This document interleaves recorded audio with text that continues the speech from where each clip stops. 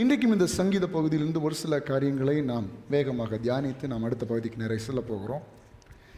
இந்த சங்கீதத்தை நீங்கள் பார்த்தீங்கன்னா அந்த 1ஆம் வசனத்துக்கும் 72 சங்கீதம் அந்த 2 இதுக்கும் இடையில பார்த்தீங்கன்னா ஒரு ப்ராக்கெட்டில் ஒரு வார்த்தை கொடுக்கப்பட்டிருக்குது. என்ன வார்த்தை? அதை டிவியை பார்க்குறவங்களுக்கு கண்டிப்பாக தெரியாது, பைபிளை பார்க்குறவங்களுக்கு தான் அது தெரியும். ஏன்னா டிஸ்பிளேயில் வராது. பார்த்தீங்க என்ன எழுதியிருக்கு? சாலமோனை பற்றிய சங்கீதம். அப்போது இந்த சங்கீதம் முழுவதும் சாலமோனை பற்றி வருகிறதாக நம்ம பார்க்குறோம். அப்படி தானே? அதில் போட்டிருக்கு சாலமோனை பற்றி வருகிறது. அப்போ இதை எழுதுனது யாராக இருக்கும்?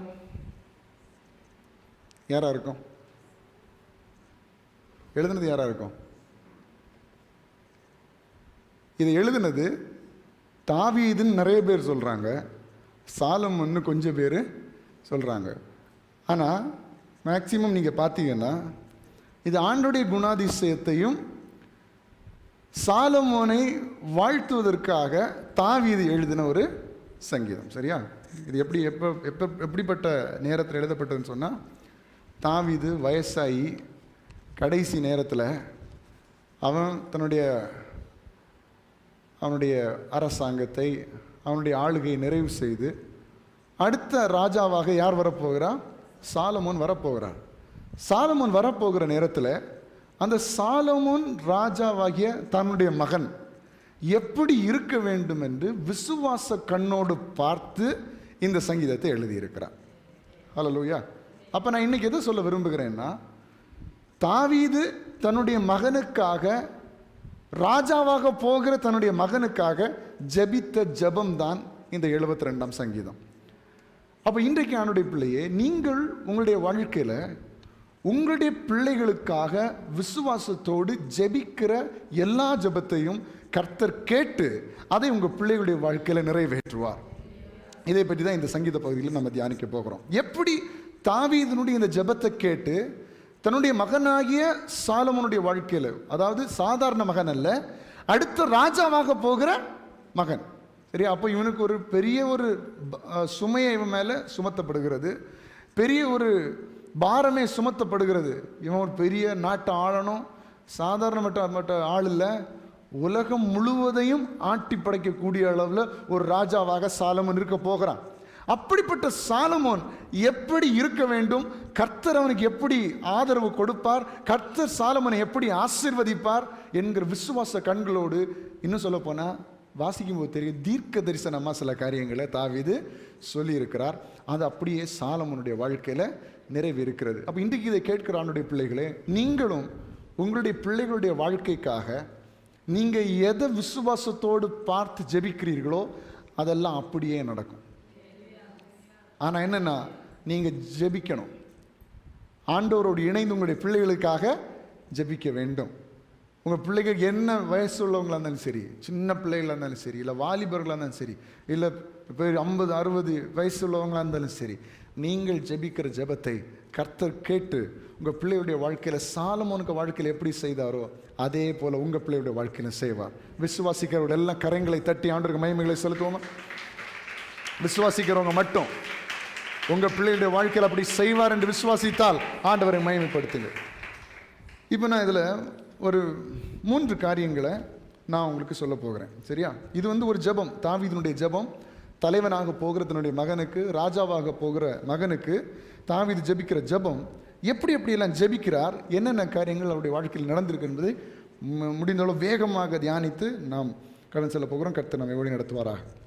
இதில் 4வது வசனத்தை பார்த்தீங்கன்னா, ஜனத்தில் சிறுமைப்படுகிறவர்களை அவர் நியாயம் விசாரித்து ஏழையின் பிள்ளைகளை ரட்சித்து இடுக்கண் செய்கிறவனை நொறுக்குவார். இங்க தாவீது எப்படி ஜெபிக்கிறாரு? சாலமோன் எப்படி செய்வார்? சாலமோனை பற்றிய சங்கீதம் தானே. அப்ப எப்படி சாலமோன் என்ன செய்வார்? ஜனத்தில் சிறுமைப்படுகிறவர்களை அவர் நியாயம் விசாரித்து ஏழையின் பிள்ளைகளை ரட்சித்து இடுக்கண் செய்கிறவர்களை நொறுக்குவார். இது சாலமோனுடைய வாழ்க்கையில் நடந்துச்சா? எங்க நடந்துச்சு? வாசிங்க. 1 ராஜாக்கள் 3ஆம் அதிகாரம் 6 to 27 வசனம் வரைக்கும் நம்ம வாசிக்கும் போது இப்போ நம்ம வாசித்தோன்னா அது ரொம்ப நேரம் ஆயிரும். இந்த முடிஞ்சால் நீங்கள் அதை மார்க் பண்ணி வச்சு வீட்டில் போய் அதை கம்ப்ளீட்டாக வாசிங்க, சரியா? 1 ராஜாக்கள் 3ஆம் அதிகாரம் 16ஆம் வசனத்திலிருந்து 27ஆம் வசனம் வரைக்கும் பார்க்கும்போது, அப்பொழுது வேசிகளான 2 ஸ்திரீகள் ராஜாவினிடத்தில் வந்து அவனுக்கு முன்பாக நின்றார்கள். யாருக்கு முன்பாக? சாலமோன் ராஜாவுக்கு முன்பாக. எத்தனையோ வருடங்களுக்கு முன்பதாக தாவீது ஜெபித்த ஜெபம் சாலமோனுடைய வாழ்க்கையில் நிறைவேறுகிறது. பாருங்க, அதில் ஒருத்தி வந்து சொல்லுகிறா, 2 பேருமே கொஞ்சம் ஒரே மாதிரி நேரத்தில் ஒரே மாதிரி நாட்களில் குழந்தையை பெற்றெடுத்திருக்கிறார்கள். பாருங்க, அவர்களில் ஒருத்தி, என் ஆண்டவனே, நானும் இந்த ஸ்திரீயும் ஒரே வீட்டிலே கூடியிருக்கிறோம். நான் இவளோட வீட்டில் இருக்கையில் ஆண் பிள்ளை பெற்றேன். நான் பிள்ளை பெற்ற 3ஆம் நாளில் இந்த ஸ்திரீயும் ஆண் பிள்ளை பெற்றால் நாங்கள் ஒருமித்திருந்தோம். எங்கள் இருவரையும் தவிர வீட்டுக்குள்ளே வேறொருவரும் இல்லை. சரியா? ராத்திரி தூக்கத்திலே இந்த ஸ்திரீ தன் பிள்ளையின் மேல் புரண்டு படுத்ததுனால் அது பாருங்க எவ்வளோ கொடுமை. நிறைய இடங்களில் நடக்கிறதுக்கு வாய்ப்பு இருக்கிறது. அப்பொழுது உமது அடியாள் நித்திரை பண்ணுகையில் இவள் நெடுஞ்சாமத்தில் எழுந்து தன் பக்கத்தில் கிடக்கிற என் பிள்ளையை எடுத்து தன் மார்பிலை கடத்தி கொண்டு செத்த தன் பிள்ளையை எடுத்து என் மார்பிலே கடத்தி விட்டா. அதாவது உயிரோடு இருக்கிற அவளுடைய பிள்ளையை இவ பக்கம் எடுத்துட்டு இவளுடைய செத்த பிள்ளையை யாருக்கு பக்கத்தில் படுத்துட்டா, கெடுக்க வச்சிட்டா, அந்த ஸ்திரீனுடைய கிடத்துல. அப்போ 21ஆம் வசனம், என் பிள்ளைக்கு பால் கொடுக்க காலமே நான் எழுந்திருந்த போது அது செத்து கிடந்தது. பொழுது விடிந்த பின் நான் அதை உற்று பார்க்கும்போது நான் பெற்ற பிள்ளை அல்லவென்று கண்டேன். காலையில் எழுப்பி பார்க்கும்போது உற்று பார்க்கும்போது இது ஏன் பிள்ளை இல்லைன்னு. அதாவது நிறைய இடங்களில் ட்வின் பேபிஸ் பிறப்பாங்க, அப்படி தானே, இரட்டை பிள்ளைகள். நம்ம வெளியிருந்து யார் போய் பார்த்தாலும் அந்த பிள்ளைகளை வித்தியாசம் கண்டுபிடிக்கவே முடியாது. ஆனால் அதனுடைய தாய் கரெக்டாக கண்டுபிடிப்பாங்க. எப்படி கண்டுபிடிப்பாங்கன்னு தெரியாது, கரெக்டாக கண்டுபிடிப்பாங்க. அப்போ வேறு பிள்ளைன்னா வித்தியாசம் தெரியுமா தெரியாதா? தெரியும். அப்போது இந்த பிள்ளையை பார்த்துட்டு இது நான் பெற்ற பிள்ளை இல்லை. அதற்கு மற்ற ஸ்திரீ, அப்படி அல்ல, உயிரோடு இருக்கிறது என் பிள்ளை, செத்தது உன் பிள்ளை என்றால். இவளோ, இல்லை, செத்தது உன் பிள்ளை, உயிரோடு இருக்கிறது என் பிள்ளை என்றால். இப்படி ராஜாவுக்கு முன்பாக வாதாடினார்கள். அப்பொழுது ராஜா இப்போ சொல்கிறாரு, தாவீது என் மகன், ராஜாவை என் மகன், கரெக்டாக நியாயம் விசாரிக்கும்படியாக கர்த்தர் அவனை வைப்பார். ஏழைகளுடைய விஷயத்தில் அவன் ரொம்ப ஜாக்கிரதையாக இருப்பார், கரெக்டாக நியாயம் விசாரிப்பான் என்று ஜெபித்திருக்கிறார். இந்த ஜெபம் இங்கே வேலை செய்திருப்பாங்க. அப்பொழுது ராஜா, உயிரோடு இருக்கிறது உன் பிள்ளை, செத்தது உன் பிள்ளை என்று இவள் சொல்லுகிறாள். அப்படி அல்ல, செத்தது உன் பிள்ளை, உயிரோடு இருக்கிறது என் பிள்ளை என்று அவள் சொல்லுகிறாள் என்று சொல்லி, ஒரு பட்டயத்தை கொண்டு வாருங்கள் என்றான். அவர்கள் ஒரு பட்டயத்தை ராஜாவிடத்தில் கொண்டு வந்தார்கள். ராஜா உயிரோடு இருக்கிற பிள்ளையை 2ஆக பிளந்து பாதியை இவளுக்கும் பாதியை அவளுக்கும். இங்கே சாலமோனுடைய ஞானம் கிரியை செய்து பாருங்க. இவங்க 2 பேரும் சண்டை போட்டுட்டு இருக்காங்க. ஒரு பெரிய கத்தி எடுத்துட்டு வாங்க, பிள்ளையை 2ஆக பிளந்து பாதியை இவளுக்கும் பாதியை இவளுக்கும் கொடுத்துருவோம் அப்படின்னு. அப்பொழுது உயிரோடு இருக்கிற பிள்ளையின் தாய் தன் பிள்ளைக்காக அவள் குடல் துடித்ததினால் ராஜாவை நோக்கி, ஐயோ ஆண்டவனே, உயிரோடு இருக்கிற பிள்ளையை கொல்ல வேண்டாம், அதை அவளுக்கே கொடுத்து விடும் என்றாள். மற்றவள், அது எனக்கும் வேண்டாம் உனக்கும் வேண்டாம், பிளந்து போடுங்கள் என்று சொன்னான். அப்பொழுது ராஜா, உயிரோடு இருக்கிற பிள்ளையை கொல்லாமல் அவளுக்கு கொடுத்து விடுங்கள், அவளே அதன் தாய் என்றான். எல்லாரும் கரங்களை தட்டி ஆண்டவருக்கு மகிமையை செலுத்துவோம். ஹல்லேலூயா. பாருங்க எப்படி நியாயம் விசாரிக்கிறார். தீமை செய்கிறவர்களுக்கு தண்டனை, நல்லது செய்கிறவர்களுக்கு ஆசீர்வாதம். சரியா? அப்போ முதல் ஜெபம் நிறைவேறிச்சா? கரெக்ட் தானே? அப்போ நீங்களும் உங்கள் பிள்ளைகளுக்காக ஜெபிக்கிற ஜெபம் ஒரு நாளும் வீண் போகாது. சிலர் நினச்சிட்டு இருப்போம், நான் ஜெபிக்கிற ஜெபம் ஒன்றும் கேட்கப்படலையே, சில காலங்கள் ஆகலாம், ஆனால் ஜெபித்த ஜெபம் ஒரு நாளும் வீண் போகாது, கண்டிப்பாக நிறைவேறும். 2வது சங்கீதம் 72 7ஆம் 8ஆம் வசனத்தை பாருங்க. ஒன்று, தன்னுடைய மகன் நியாயம் விசாரிப்பான், சரியான நியாயத்தை செய்வான் என்று சொன்ன ஜெபம் கேட்கப்பட்டது. 2வது 7ஆம் 8ஆம் வசனத்தில், அவருடைய நாட்களில் நீதிமான் செழிப்பான், சந்திரன் உள்ள வரைக்கும் மிகுந்த சமாதானம் இருக்கும், ஒரு சமுத்திரம் தொடங்கி மறு சமுத்திரம் வரைக்கும், நதி தொடங்கி பூமியின் எல்லைகள் வரைக்கும் அவர் அரசாழ்வார். இப்போ மகனை குறித்து ஒரு தீர்க்க தரிசனமாக தன்னுடைய விசுவாசத்தினால தாவீது சொல்லுகிறார், பல நாடுகளை இவன் என்ன செய்வான்? அரசாளுவான். அப்படின்னு அர்த்தம் என்ன? எல்லா நாடுகளுடைய நன்மைகளும் இவனிடத்துல வரும். இவன் இந்த பர்டிகுலர் நாடு மட்டும் இல்லை, இஸ்ரவேல் நாடு மட்டும் இல்லை, இந்த ஜனம் மட்டும் இல்லை, மற்ற உலக நாடுகள் எல்லாரும் என்ன செய்வார்கள்? இவரிடத்திலே வருவார்கள். இதெல்லாம் ஆளுகை செய்வான். அவனுடைய ஆசீர்வாதங்கள் எல்லாம் இங்கே வரும். நம்ம புத்தகத்தில் ஹிஸ்டாரிக்கல் புக்ஸ்லாம் நம்ம படிச்சிருக்கோம். இந்தியாவிலேருந்து கூட சாலமோன் ராஜாவுக்கு நிறைய நன்மைகள் போனது, நல்ல வாசனை பொருட்கள் எல்லாம் போனது, நிறைய அவன் அனுபவிக்க வேண்டிய நிறைய பொருட்கள் எல்லாம் இந்தியாவிலேருந்து கூட என்ன செஞ்சுருக்குது, போயிருக்கு. நம்ம ஹிஸ்டாரிக்கல் புக்கில் வாசிக்கணும். ஆனால் பைபிளில் என்ன மாதிரி காரியங்கள் கொடுக்கப்படும் பாருங்கள். 1 ராஜாக்கள் 10ஆம் அதிகாரம் 21 25 வரை உள்ள வசனம். 1 ராஜாக்கள் 10ஆம் அதிகாரம் 21 25 எடுத்துட்டீங்களா? வாசிங்க. ராஜாவாகிய சாலமோனுக்கு இருந்த பான பாத்திரங்கள் எல்லாம் பொன்னும் லீபனோன் வனம் என்கிற மாளிகையின் பனிமூட்டுகள் எல்லாம் பசும் பொன்னுமாய் இருந்தது. ஒன்றும் வெள்ளியினால் செய்யப்படவில்லை. சாலமோன் நாட்களில் வெள்ளி ஒரு பொருளாய், சாலமோன் நாட்களில் வெள்ளி ஒரு பொருளே கிடையாது. எல்லாம் என்னது? தங்கம். எல்லாமே தங்கம். பானபாத்திரம். பானபாத்திரம்னா என்னது? பானபாத்திரம்னா என்ன? மலையாளத்தில் ஒரு பாட்டு உண்டு, துக்கத்திൻ്റെ பான பாத்திரம் அப்படின்னு. என்ன? நம்ம குடிக்கிற கப்பாக இருக்கலாம், இல்லை ஒரு பெரிய ஒரு குடிக்கிற ஒரு ஜார்னு வச்சுக்கோங்களேன். அதெல்லாம் எப்படி இருக்குது? எத்தனை பேருக்கு வீட்டில் அப்படி இருக்குது? கரங்களை உயர்த்துங்க. நீங்கள் வச்சாலும் வச்சுருப்பீங்க, ஆனால் வெளியே சொல்ல மாட்டீங்க. அடுத்த நாள் திருடன் கண்ணமிட்டு திருடுவான்னு சொல்லிட்டு. ஓகே, அப்போது சாலமோன் நாட்களில் அவன் குடிக்கிற கப்பு கூட எப்படி தான் இருந்திருக்கு? பொன்னாக தான் இருந்திருக்கு. வெள்ளிக்கு விலையே இல்லை. அப்படி அளவுல பொண்ணு தங்கம் விழுந்திருக்குது. இதெல்லாம் யாருடைய ஆசீர்வாதம்? தன் தகப்பனுடைய ஆசீர்வாதம், ஜெபம். சரியா? 22ஆம் வசனம்.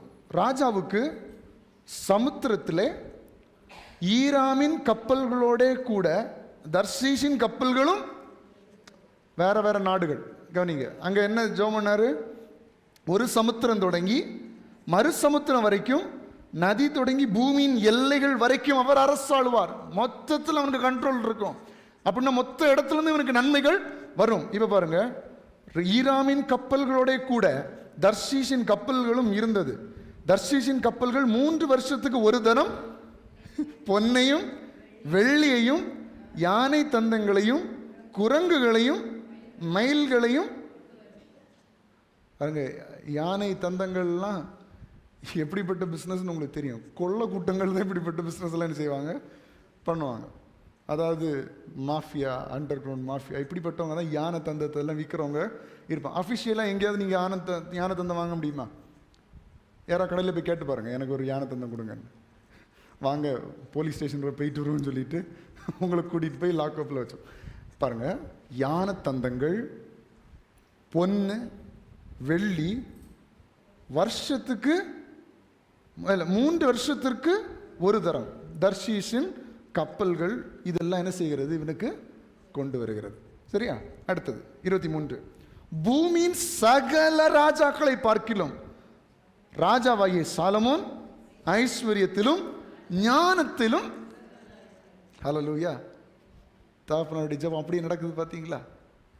இன்னைக்கு எத்தனை பேர் இனி பிள்ளைகளுக்காக ஜெபம் பண்ண ஆரம்பிக்க போறீங்க? என்னிலிருந்து நான் சொல்கிறேன், இப்படி ஒரு வாஞ்சையோடு நீங்கள் ஜெபித்தீங்கன்னா அந்த ஜெபம் அப்படியே உங்கள் பிள்ளைகளுடைய வாழ்க்கையில் நிறைவேறும். இப்போ இருக்கிற உங்கள் பிள்ளைகளுடைய நிலைமையை பார்க்கக்கூடாது. ஜெபம் பண்ண, ஏசப்பா என் பிள்ளையை இப்படி வாழ வைப்பார், என்னுடைய பிள்ளைகள் இப்படி இருப்பார்கள், சந்தோஷமாக இருப்பார்கள், ஆரோக்கியமாக இருப்பார்கள், கர்த்தருக்காய் வாழ்வார்கள், கர்த்தருக்காக ஊழியம் செய்வார்கள், ஆசீர்வாதத்துக்கு குறைவு இருக்காது, ஆகாரத்துக்கு குறைவு இருக்காது. அப்படி என்று நீங்கள் ஜெபிக்கிற ஜெபம் உங்கள் பிள்ளையுடைய வாழ்க்கையில் அப்படியே கிரியை செய்யும். நீங்கள் ஜெபம் பண்ணு, என் பிள்ளைகள் எந்த தவறான வழிக்கும் போக மாட்டாங்க. ஹல்லேலூயா. அப்படிப்பட்ட எந்த ஜெபமும் இந்த 72ஆம் சங்கீதத்தில் இல்லை. ஆனால் நீங்கள் ஜெபம் பண்ணணும். ஹல்லேலூயா.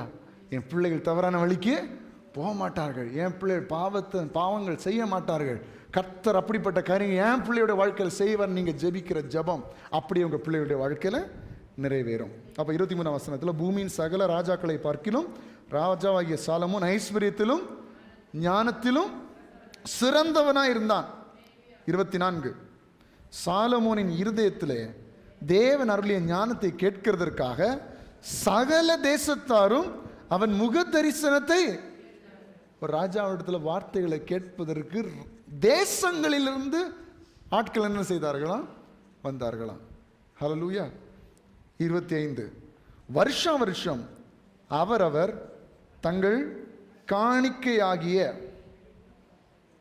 பார்த்தீங்களா, காணிக்கையாகிய வெள்ளி பதார்த்தங்களையும் பொற்பாத்திரங்களையும் வஸ்திரங்களையும் ஆயுதங்களையும் கந்தவர்க்கங்களையும் குதிரைகளையும் கோவேறு கழுதைகளையும்.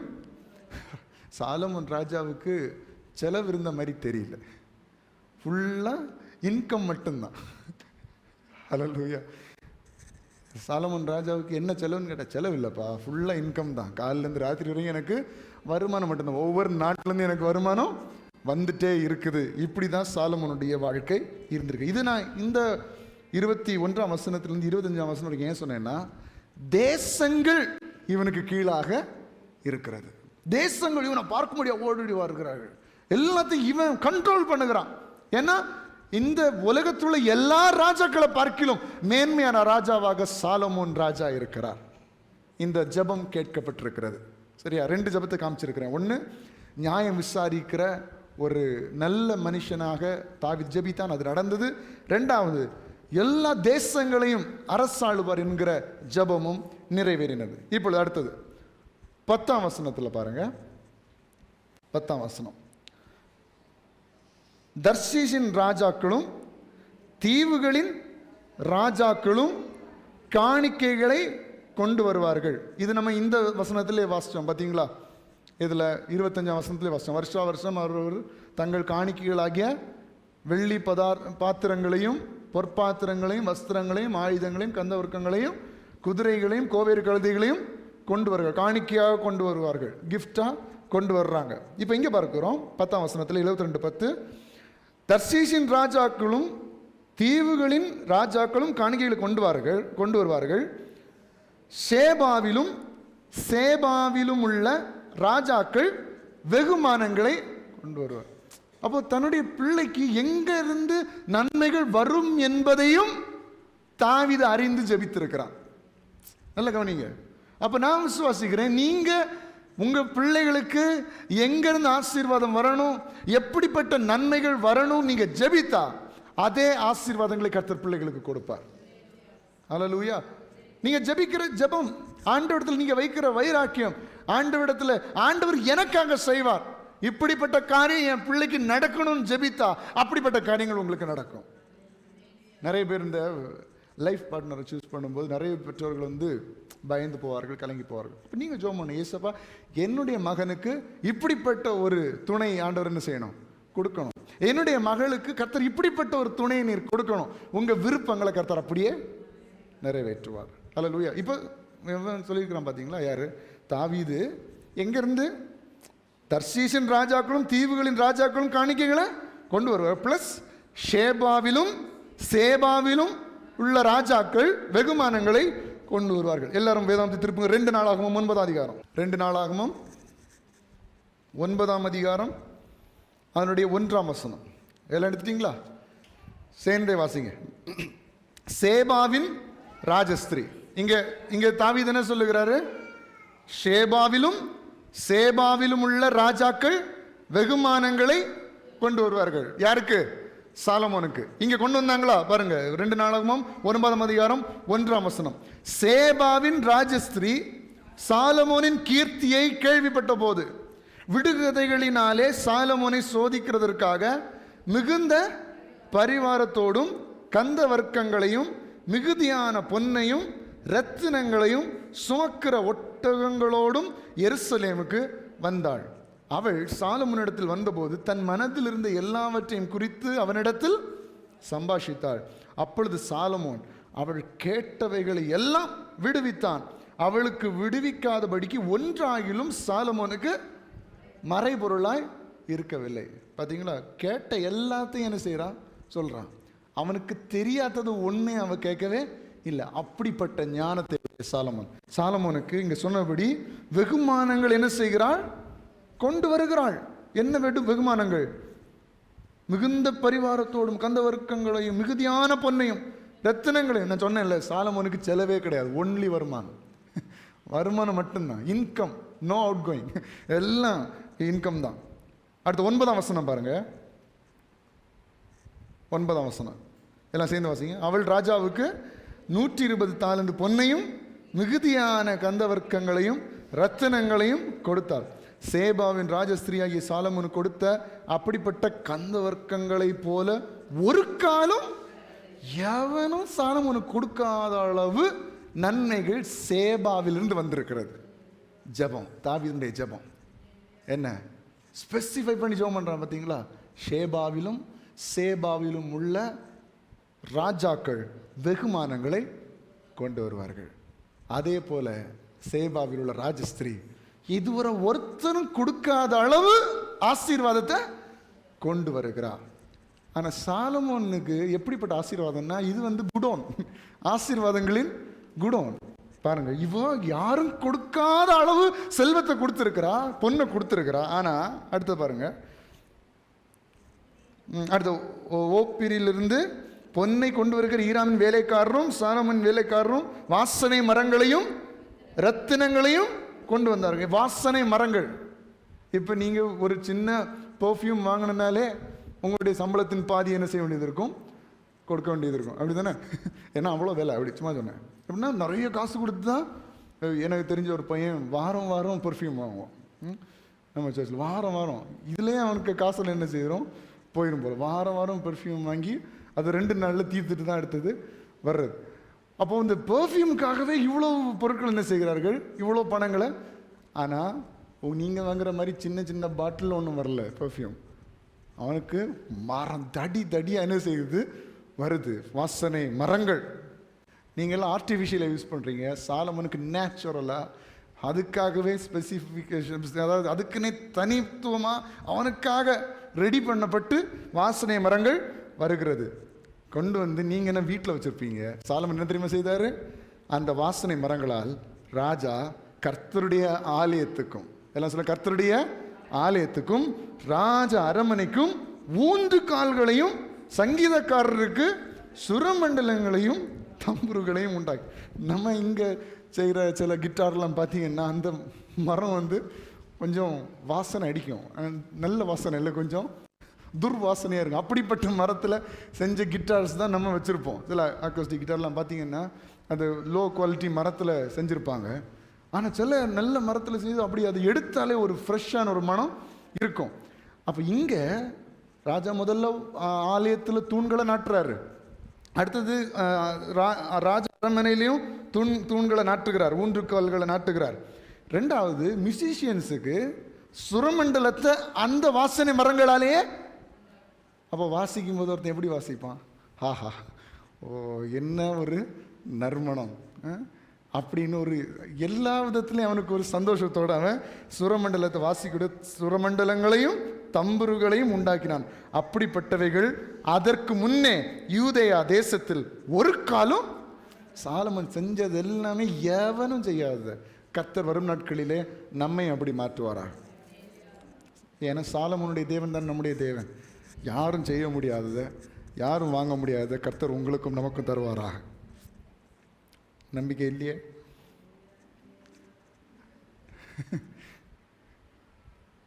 நீங்கள் பார்க்கறத பார்த்தா நாளைக்கு என்ன வாடகை கொடுக்கணும், அதுக்கப்புறம் வாசனை மரம் எல்லாம் அப்புறம் வாங்கலாம். கர்த்தர் செய்ய தடைபடாது. மனுஷன் தர முடியாத ஜீவனை சரீரத்தை தந்திருக்கிறாருன்னா மனுஷன் தர முடியும், இதெல்லாம் அவர் தரமாட்டாரா? மனுஷன் சரீரத்தையும் தர முடியாது, ஜீவனையும் தர முடியாது. இதே தந்திருக்கிறாருன்னா மீதியெல்லாம் அவருக்கு அற்பமான காரியம். நமக்கு தேவைன்னா தருவார். சரியா? நம்ம தேவை நமக்கு, நம்ம இதெல்லாம் வாங்கிட்டு ஆண்டவரை விட்டு விலகி போக மாட்டோம்னா கண்டிப்பாக தருவார். இல்லை இவனுக்கு ஒரு வாசனை மரத்தை கொடுத்து அதே கட்டி பிடிச்சிட்டு இருப்பான்னு தெரிஞ்சா ஆண்டவர் கண்டிப்பாக ஒரு நாள் வாசனை மரத்தை உங்களுக்கு தர போகிறதே கிடையாது. சரியா? ஓகே, அடுத்தது ஒரு காலம் காணப்படுது. 12 சேபாவின் ராஜஸ்திரி ராஜாவுக்கு கொண்டு வந்தவைகளை பார்க்க. இப்போ முதல்ல பார்த்தோம் சாலமோனுக்கு சேபாவின் ராஜஸ்திரீ கொடுத்தது போல இதுவரை ஒரு காலம் பொருட்கள் தான் செய்ததில்லை, வந்ததில்லை. ஆனா இப்ப பாருங்க 12ஆம் வசனத்துல, சேபாவின் ராஜஸ்திரீ ராஜாவுக்கு கொண்டு வந்தவைகளை பார்க்கிலும் அதிகமாய், எவ்வளோ, இதுவரை இப்படிப்பட்ட அளவு ஆசீர்வாதங்கள் சாலமோனுக்கு வந்ததில்லை. ஆனா இங்க குடோன் கணக்குல அவனுக்கு இருக்குது. இப்ப சேபாவின் ராஜஸ்திரிக்கு எப்படி கொடுத்து விடுறான் பாருங்க. அதிகமாய் அவள் ஆசைப்பட்டு கேட்ட எல்லாவற்றையும் ராஜாவாகிய சாலமோன் அவளுக்கு கொடுத்தான். பின்பு அவள் தன் பரிவாரத்தோடும் கூட தன் தேசத்திற்கு திரும்பி போனாள். எவ்வளோ எடுத்தாலும் வற்றாத ஒரு கிணறு போல சாலமோனுடைய ஆசீர்வாதங்கள் பெருகி இருந்தது. ரொம்ப ரொம்ப அதிகம் பாருங்க, யாருமே கணக்கிட முடியாத அளவு. அப்ப பாருங்க எங்க இருந்தெல்லாம் வந்திருக்கு. வியாபாரிகளும் 13ஆம் வியாபாரிகளும் வர்த்தகரும் கொண்டு வரும் பொன்னை தவிர சாலமோனுக்கு ஒவ்வொரு வருஷத்திலும் வந்த பொன் 666 தாலந்து நிறையாயிருந்தது. அரபி தேசத்து சகல ராஜாக்களும் மாகாணங்களின் அதிபதிகளும் சாலமோனுக்கு பொன்னையும் வெள்ளியையும், முதல் சொன்னதான் அவனுக்கு செலவே கிடையாது, வருமானம் மட்டும்தான். இது எங்க இருந்துன்னா, தாவீது தன்னுடைய மகனுக்காக ஜெபித்த ஜெபம். ஷேபாவிலும் சேபாவிலும் உள்ள ராஜாக்கள் வெகுமானங்களை கொண்டு வருவார்கள். தாவீதின் ஜெபத்தை கேட்டு சாலமோனுடைய வாழ்க்கையில கர்த்தர் இப்படிப்பட்ட ஆசீர்வாதங்களை கொண்டு வர முடியும் என்றால், நீங்கள் ஜெபிக்கிற ஜெபத்தை பார்த்து தேவன் உங்க பிள்ளையுடைய வாழ்க்கையில் ஆசீர்வாதங்களை தர முடியும். தேவன் அப்படிப்பட்ட நல்லவர். ஹல்லேலூயா. அப்போ ஒரு நாளும் உங்களுடைய பிள்ளைகளுக்காக, உங்களுடைய வீட்டில் உள்ளவர்களுக்காக நீங்கள் ஜெபிப்பதை விட்டுவிடவே கூடாது. ஏன்னா 72ஆம் சங்கீதமே அதுதான். ஒரு ராஜாவுக்காக, ராஜாவாக மாறப்போகிற தன்னுடைய மகனுக்காக ஜெபிக்கிற ஜெபம், அந்த ஜெபம் நிறைவேறினதை தான் நாம் வாசித்தோம். நிறைவேறினதென்றால் உங்களுடைய வாழ்க்கையில் நிறைவேறும், நம்முடைய வாழ்க்கையிலும் நிறைவேறும். ஹல்லேலூயா. எனவே இந்த சங்கீதத்தை உங்களுடைய உள்ளத்தில் ஆழமாய் பதித்துக் கொள்ளுங்கள். உங்களுடைய பிள்ளைகளுக்காக ஜெபிப்பதை மறந்து விடாதீர்கள், விட்டு விடாதீர்கள். என்னென்ன காரியங்கள் உங்களுடைய பிள்ளையுடைய வாழ்க்கையில நிறைவேற வேண்டும் என்று நீங்கள் ஆசைப்படுகிறீர்களோ அது எல்லாம் சொல்லி ஜெபம் பண்ணுங்க. கர்த்தர் உங்களுடைய பிள்ளையுடைய வாழ்க்கையில் அப்படி செய்வார். எல்லாவற்றுக்கும் மேலாக புதிய ஏற்பாட்டில் சொல்லப்படுகிறது போல, என்னுடைய பிள்ளைகள் சத்தியத்தில் நடக்கிறார்கள் என்பதை தவிர வேற எந்த பெரிய ஆசை எனக்கு இல்லை என்று சொல்வது போல, உங்களுடைய பிள்ளைகள் தேவனை விட்டு ஒரு நாளும் வழி விலகி போகக்கூடாது என்கிற ஜெபத்தையும் உங்களுடைய பிள்ளைகளுக்காக ஜெபியுங்கள். கர்த்தர் அப்படிப்பட்ட காரியங்களை செய்வார். கர்த்தர் அப்படி செய்ய போகிற அப்படின்னா எல்லாரும் கரங்களை தட்டி ஆண்டவருக்கு மகிமையை செலுத்துவோம். கர்த்தர் நல்லவர்.